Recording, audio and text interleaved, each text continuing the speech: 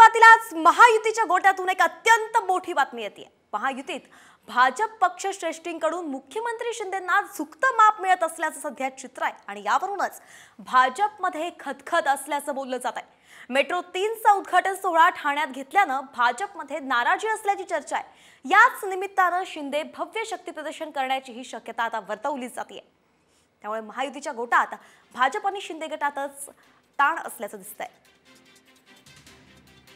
तर भाजपची नाराजी असल्याची आपण कारण ग्राफिक्सच्या माध्यमातून पाहूयात। मेट्रो 3 च्या उद्घाटनाचा कार्यक्रम ठाण्यात झाला, त्यावरून सुद्धा नाराजी आहे। तर फडणवीसांनी प्रकल्प मार्गी लावला, मात्र क्रेडिट शिंदेंना मिळालं ही देखील नाराजी आहे। महामंडळावर शिंदेंच्याच शिलेदारांना संधी मिळाली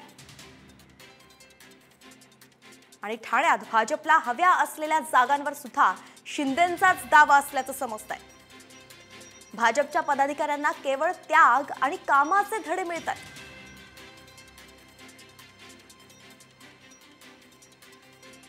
तर या सर्व प्रकरणावरती मुख्यमंत्री एकनाथ शिंदेंनी काय प्रतिक्रिया दिली तीही एकदा पाहूयात। हा जो मोदी साहेबांचा हा कार्यक्रम, ही सभा जी आहे ही ठाण्याला एक महत्त्व प्राप्त करून देणारी आहे। ठाणं हे देशाच्या नाही तर जगाच्या नकाशावर आल्याशिवाय राहणार नाही।